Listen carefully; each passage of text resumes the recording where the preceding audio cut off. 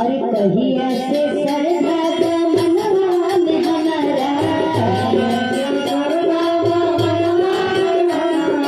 चर्चा कराई हमारे अपने जनवा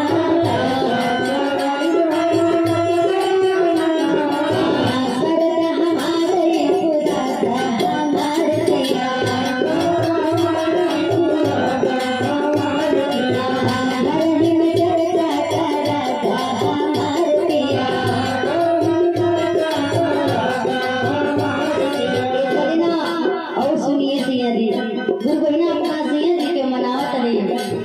जब आपसी चर्चा कराई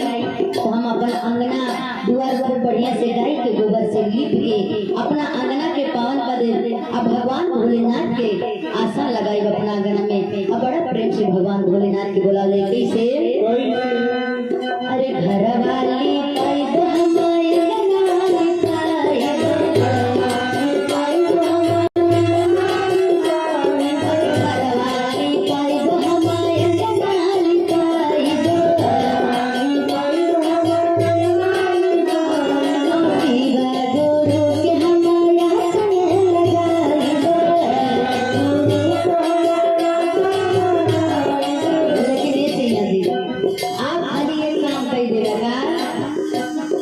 अरे फूल बेल पतिया ले राधा हमार पिया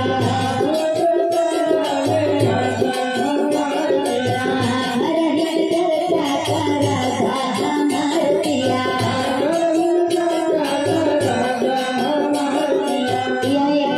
आप गुरु भाई की तरफ से पावन 51 रुपए से अरदास भगवान भोलेनाथ मैया पार्वती जी की कृपा आशीर्वाद है। इस सावन में आपके ऊपर भगवान भोलेनाथ बनौले रहे, आपको कैसे जजमानी चलत रहे, ऐसे हमरों के बुलावत रही, कुछ दान पुण्य करत रही, भगवान आपके कल्याण करे आशीर्वाद बनौले रहा। तो कहे के बाद अरे फूल बेल पतिया ले राधा हमार पिया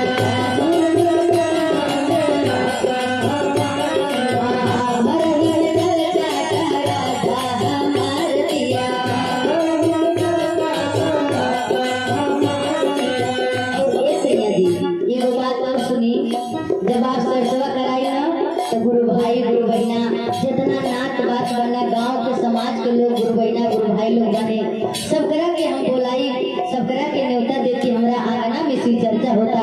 आप लोग आवल जाए खूब नाचल जाए झूमल जाए गावल जाए भगवान भोलेनाथ की जैसे मना पावल जाए वैसे ही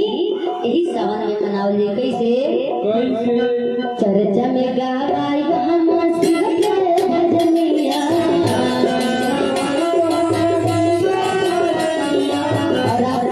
गुरु बहना की तरफ से पावन 51 रुपए से अरदास भगवान भोलेनाथ मैया पार्वती जी का आशीर्वाद कृपा इस सावन में आप लोग आपके पूरे परिवार पे भगवान भोलेनाथ मैया रानी की कृपा बना रही। और आप गुरु बहना की तरफ से पावन 51 रुपए से अरदास भगवान भोलेनाथ मैया पार्वती जी की कृपा आशीर्वाद इस सावन में मैया रानी बनौले रहे आपके और आपके पूरे परिवार पे। तो गुरु बहना कहता नहीं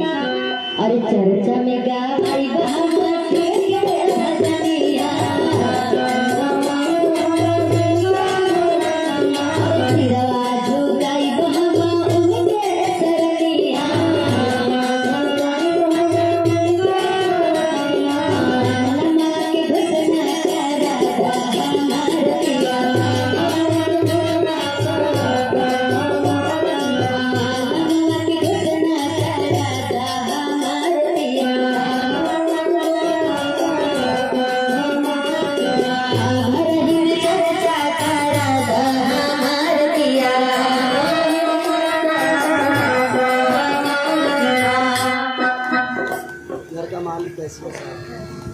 घर के मालिक कैसे